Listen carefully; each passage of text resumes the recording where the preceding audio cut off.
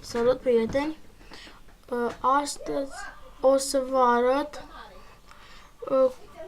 cum să faceți o mașinărie Curry care sapă pe Techit. Da, stai să dau full screen, scuzați. Haide. Acum nu răspund. Intrăm pe single player. Facem o lume nouă. Că nu contează.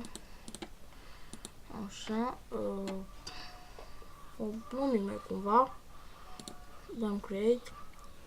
Trebuie să așteptăm puțin. Să așteptați. Dar merge mai greu deoarece trebuie ca să...